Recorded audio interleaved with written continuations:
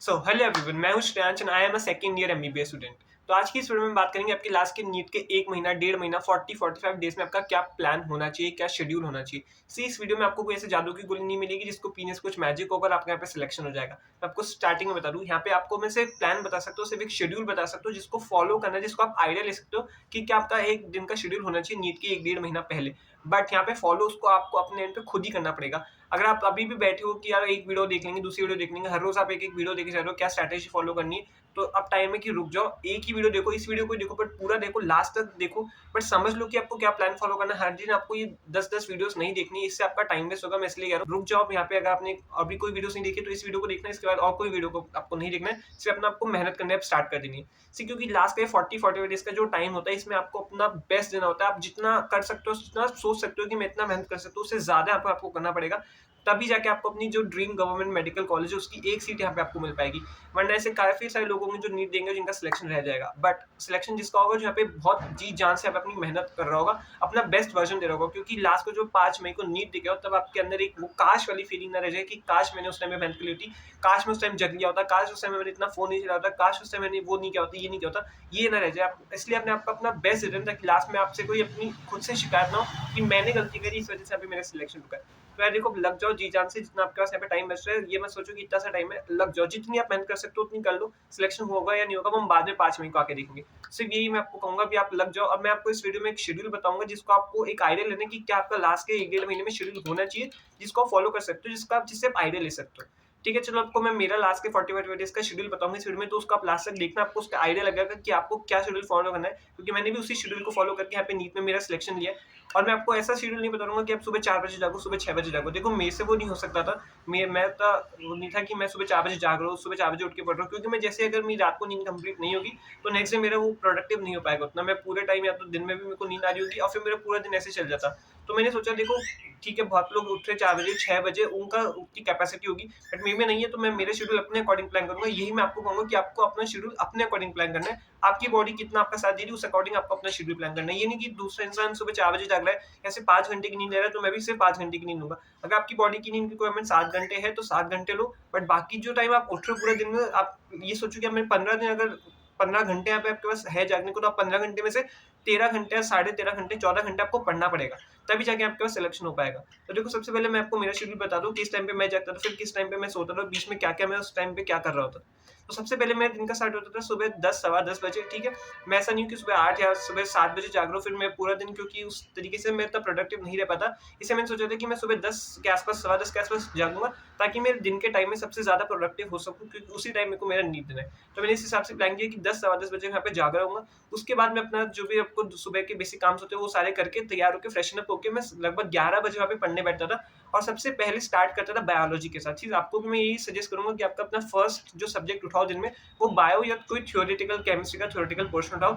सुबह थ्योरेटिकल अपना favourite portion उठाने से आपको पूरा दिन में आपका पढ़ाई का मन लगता है, ये काफी साइकोलॉजी के अकॉर्डिंग आपको सूट करेगा। ठीक है, तो आपको सबसे पहले अपना बायो मैंने उठाया 11 बजे के आसपास। मैं उसके बाद क्या करता था, अपने बायो की जो एनसीईआरटी है, मैंने उस चैप्टर को सिलेक्ट किया, उस पूरी चैप्टर के पे एनसीईआरटी को रीड करता था। मैं ट्राई करता था कि पूरी एनसीईआरटी को पढूं, यानी कि ऊपर बस लिख लूं। मैं ट्राई करता था हर एक लाइन को वहां पे पढूं, क्योंकि आपको नहीं पता कि नीट में कौन सी लाइन से क्वेश्चन आ जाएगा। तो पूरी लाइन को वहां पे पढ़ता था। आपने मैं सोचा था कि 45 मिनट्स से लेके 1 घंटे मेरा मैक्सिमम है, इसके अंदर अंदर मुझे चैप्टर को रीड करना ही है पूरा। जितना बच जाएगा फिर मैं उसको नेक्स्ट के जो मैंने टाइम रख रखा है उसमें करूंगा। तो सबसे पहले पौने 12 या मैक्सिमम 12 तक मेरे बायो का एक चैप्टर हो जाता था। उसके बाद मैं मूव करता था केमिस्ट्री पे। केमिस्ट्री में भी सेम, मैंने जो चैप्टर में डिसाइडेड है, उसको चैप्टर को मैं यहाँ पे रिवाइज करता था। तो लेट्स सपोज 12 से पौने 1 या मैक्सिमम 50-55 मिनट्स, इससे ज्यादा मेरे को केमिस्ट्री को उस चैप्टर को नहीं देना था। मैंने सोचा था, क्योंकि फिर मैं जितना सारा अपना टाइम को डिसाइड करूंगा, मैं उतना टाइम लगाऊंगा। तो मैंने सोचा मुझे मैक्सिमम 45 से 50 मिनट्स देना है। तो यहाँ पे पौने 1 बजे से लेके 12:50 अराउंड, या मैक्सिमम कभी 12:55 तक केमिस्ट्री का मेरा चैप्टर रिवाइज हो जाता था। उसके बाद अब मैंने, क्योंकि फिजिक्स बायो कर लिया, केमिस्ट्री कर लिया, अब मेरे पास बचता था यहाँ पे फिजिक्स। तो मैं यहाँ पे फिजिक्स का चैप्टर उठाता था उस दिन के अकॉर्डिंग का जो मैंने प्लान करा है, वो यहाँ पे मैं 40 मिनट्स या 45 मिनट्स जितना मेरे पास टाइम होता था लंच से पहले, भले मेरे पास उस दिन 10 मिनट या 15 मिनट बचे, तो मैं ट्राई करता था कि मैं उस 10 या 15 मिनट को भी यहाँ पे यूटिलाइज करूँ। ये नहीं कि बैठ के थोड़ी देर मोबाइल चला लिया या थोड़ी देर लेट गया, नहीं। यहाँ पे बस 1 बजे से लेके 1:20 या 1:30 तक जितना भी टाइम होता था, मैं उसको फिजिक्स के चैप्टर को रिवाइज करने में देता था। फिर नेक्स्ट मेरे यहाँ पे लंच का टाइम होता था, जो रफली 1:30 या सवा बजे के अराउंड होता था, और वो पौने 2 बजे तक मैं यहाँ पे ट्राई करता था कि मैं लंच कंप्लीट कर लूँ।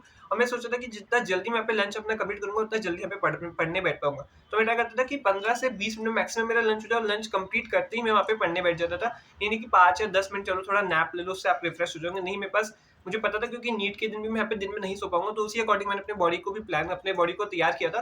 तो मैंने खाना खाते यहाँ पे मैं पढ़ने बैठ जाता था, और लगभग पौने 2 बजे यहाँ पे पढ़ने बैठता था। उस सबसे पहले पे स्टार्ट क्या करता था, जो मैंने फिजिक्स का चैप्टर रिवीजन के लिए उठाया था सुबह या दिन में, उसको मैं यहाँ पे कंप्लीट करता था। सबसे पहले उस चैप्टर का फिजिक्स का जैसे रिवीजन होता था, फिर उसके रिलेटेड जो मेरे पास अपने मॉड्यूल के क्वेश्चन है, डीपीपी के क्वेश्चन है, और जो पीवाईक्यूज है, मैं यहाँ पे वो कर रहा होता था। तो सबसे पहले उस चैप्टर का रिवीजन कंप्लीट किया, लेट्स सपोज 15-20 या आधे घंटे में हो गया।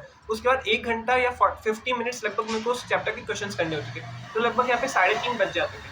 देन आफ्टर 3:30 बजे के बाद जो मैंने सुबह केमिस्ट्री का चैप्टर रिवाइज किया था, उसके यहाँ पे मेरे को क्वेश्चंस करने होते थे, और अगर उसका कुछ रिवीजन बच गया तो मैं यहाँ पे उसका रिवीजन करता था। तो वो 3:30 से लेके 4:30 या पौने 5 तक उसके सारे क्वेश्चंस और यहाँ पे रिवीजन हो जाता था।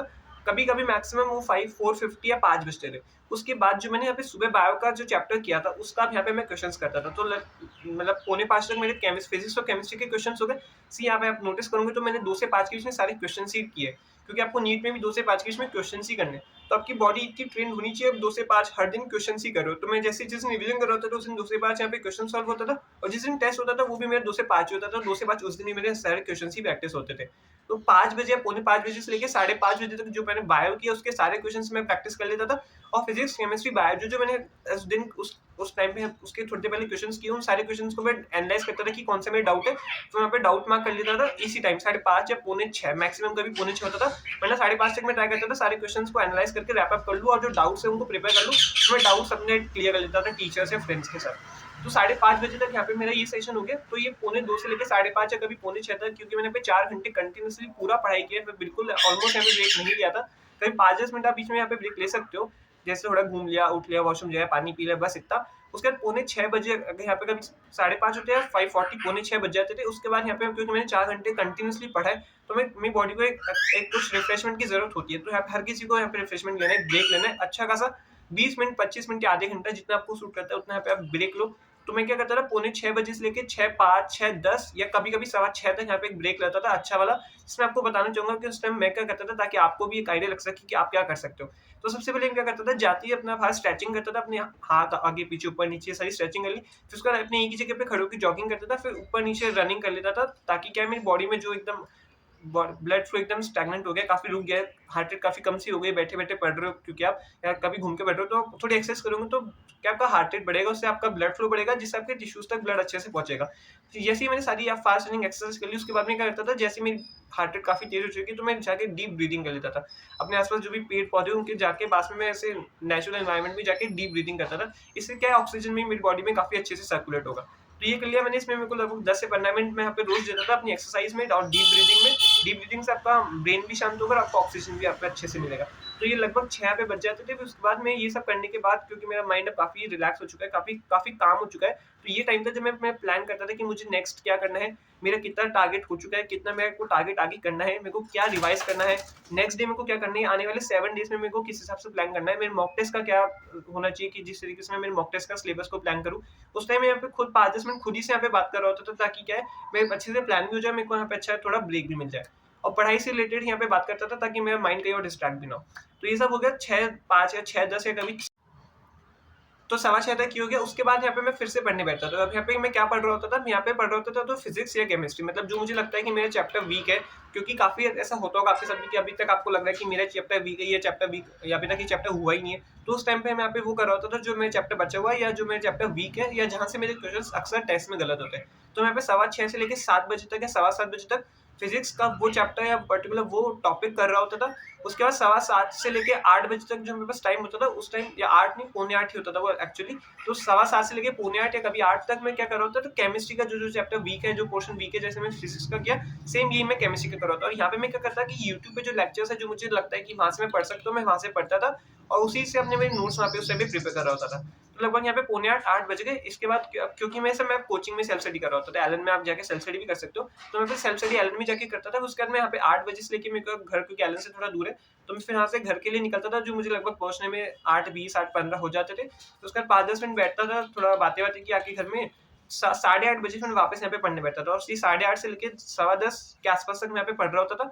इस टाइम पे यहाँ पे क्या कर रहा होता था, इस टाइम पे मेरे जो मतलब इस टाइम ऐसा ऐसा फिक्स नहीं था कि मेरे को यही करना है। जो भी मेरा बच गया सुबह से लेके अभी तक, कोई बायो का चैप्टर, कोई रिवीजन बच गया, मुझे एनसीईआरटीज़ की पढ़नी है या फिजिक्स का कुछ बच गया, तो मैं यहाँ पे वो कर रहा होता था। अगर ये सब हो गया हो तो मैं यहाँ पे बायो का सेकंड चैप्टर उठाता था, क्योंकि बायो में आपको पर डे 2 चैप्टर तो करनी पड़ेंगे रिवीजन के लिए। जब आपका लास्ट का 1 महीना बच रहा होगा तो आप पर डे बायो के मिनिमम 2 चैप्टर आपको करने पड़ेंगे। तो यहाँ पे सेकंड चैप्टर में बायो का रिवीजन के लिए उठाता था और सेम उसी तरीके से उसकी पौन घंटा या 1 घंटा मैक्सिमम में उसकी पूरी एनसीईआरटी ट्राई करता था कि इसको रीड करूँ। तो उसके बाद यहाँ पे 10 सवा 10 बज जाते थे, तो उसके बाद यहाँ पे अपना रात को डिनर करता था। यहाँ पे रात को डिनर के लिए मैं अच्छा 1 घंटे का पूरा ब्रेक लेता था, जिसमें अपनी फैमिली के साथ टाइम स्पेंड करूँ, उनके साथ बातें करूँ, बताऊँ कि आज क्या-क्या हुआ, जिससे मेरा माइंड एकदम फ्रेश हो जाता था। और खाना खाने के बाद ये सब करने के बाद मैं यहाँ पे अपनी गली में खुद बाहर जाके ऐसे घूम लेता था, ताकि जिससे टहलना भी हो जाए, खाना भी डाइजेस्ट हो जाए और मेरा माइंड एकदम पूरा अच्छे से फ्रेश हो जाए, क्योंकि मुझे अब रात को यहाँ पे 2 घंटे फिर से अच्छे से पढ़ाई करने के लिए बैठना है। तो लगभग सवा 11 से लेके सवा 1 या कभी वो 1:30 बज जाता था, वहाँ पे मैं वापस पढ़ने बैठता था। इस टाइम पे मैं क्या करता था, जो मेरा ऑर्गेनिक केमिस्ट्री या फिर जो मेरी इनऑर्गेनिक केमिस्ट्री की जो एनसीईआरटी है, जहाँ पे मुझे पता है मेरा वीक है, जो मुझे पता है मैं बार-बार भूलता हूँ, वो एनसीईआरटी के चैप्टर में उठाता था, उसको 1 घंटा, 1.5 घंटा पूरे अच्छे से रीड करता था, उसके शॉर्ट नोट्स बनाता था। हर दिन कोई चैप्टर उठाया, उसको एनसीईआरटी से रीड किया, वहाँ पे उसके शॉर्ट नोट्स बना लिए। जो फिजिक्स का दिन में मैंने पढ़ा था, उसके यहाँ पे मैंने अच्छे से, क्योंकि पूरे चैप्टर पढ़ लिया, पूरा पीवाईक्यू कर लिया, उसके यहाँ पे शॉर्ट नोट्स बना लिए। जो मेरे टेस्ट पे, उस टेस्ट को मैं यहाँ पे पूरा एनालाइज़ करता था कि मेरे कौन से क्वेश्चंस अक्सर पिछले टेस्ट में गलत हो रहे हैं, उनको पूरा एनालाइज़ कर लिया। जो डाउट्स हैं, उनको मैं डाउट्स अपने फ्रेंड्स के साथ यहाँ पे रात को डिस्कस कर लिया। तो ये सब मैं रात को कर रहा होता था 2 घंटे, मतलब सवा 11 से लेके सवा 1, जो मेरा एकदम प्रोडक्टिव रहता था पूरे दिन। आपने देखा पूरे दिन यहाँ पे मैं प्रोडक्टिव था। जितना टाइम मैंने, मतलब मैंने माना कि अगर सोने में ज़्यादा टाइम लगाया, पर जितना टाइम मैं उठा हूँ यहाँ पे मेरा मैक्सिमम टाइम वो जो है पढ़ने में गया है, मैक्सिमम टाइम मेरा प्रोडक्टिव है। अगर वहीं मैं अगर सुबह 6 बजे उठ रहा था, तो मेरा यहाँ पे टाइम बिल्कुल प्रोडक्टिव नहीं रह पाता था। मैं यहाँ पे पूरे दिन में या तो आलस कर रहा हूँ या सो रहा हूँ। इसलिए मैंने ये सोचा कि नहीं यार, किसी को सूट करता होगा सुबह 4 बजे 6 बजे उठना, बट मेरे को जो सूट है ना, मैं उसी हिसाब से यहाँ पे पढ़ रहा हूँ। तो इसलिए आपको इस प्लान को एज़ इट इज़ फॉलो नहीं करना है, बट यहाँ से आपको एक आइडिया लेना है कि क्या आपका प्लान हो सकता है। अगर आपको बॉडी, जिस हिसाब से आपकी बॉडी सूट है, उस हिसाब से आपको ट्रेन करना है अपनी बॉडी को। यहाँ पे मैंने इस हिसाब से ही प्लान किया था कि क्योंकि मुझे नीट में भी, मुझे ऐसा नहीं कि मैं नीट के दिन में सुबह 6 बजे जाग पाऊँगा। इसलिए मैंने ट्राई किया कि मैं जिस दिन मैं नीट होगा, उस दिन जितने बजे जागूँगा, ट्राई करूँ कि 1 महीने पहले भी मैं उतने ही बजे जागूँ, ताकि मेरी बॉडी उस अकॉर्डिंग ट्रेन हो जाए। उसी अकॉर्डिंग मेरी बॉडी के टिश्यूज़ एकदम ट्रेन रहे उस दिन, ताकि कोई मेरे पास चेंज ना हो एकदम से बड़ा। तो आप भी ट्राई करो, जिस दिन आपका नीट है, उस दिन आप जितने बजे जाग रहे हो, उसके 10 दिन या अगर आपके पास ज़्यादा टाइम है तो 20-25 दिन उसी टाइम जागो नीट के 1 डेढ़ महीना पहले भी, ताकि आपकी बॉडी उसी अकॉर्डिंग ट्रेन हो। ठीक है, तो ये था मेरा शेड्यूल। से आप कुछ आइडिया ले सकते हो कि आपको क्या शेड्यूल फॉलो करना है, बट आपको मेहनत अपने एंड पे यहाँ पे खुद ही करनी पड़ेगी। मैं सिर्फ आपको यहाँ पे बता सकता हूँ और मैंने ये बताने की कोशिश भी की है। तो अगर आपको वीडियो अच्छी लगे तो आप वीडियो अपने फ्रेंड्स में शेयर करना, वीडियो को लाइक करना, चैनल को सब्सक्राइब करना, क्योंकि आपका एक लाइक और एक subscribe gives me all the motivation to do all the hard work. तो आई होप इस वीडियो से आपकी कुछ हेल्प हो सकी हो। तो चलो, ऐसी और वीडियोस के लिए चैनल को सब्सक्राइब करना, बेल नोटिफिकेशन को ऑन कर देना, ताकि आपके पास उस वीडियो को मैं जब भी अपलोड करूँ, आपको नोटिफिकेशन उसके पास पहुंच जाए। तो मिलते हैं नेक्स्ट वीडियो में, तब तक के लिए अच्छे से पढ़ते रहिए and take care, all the best for your NEET.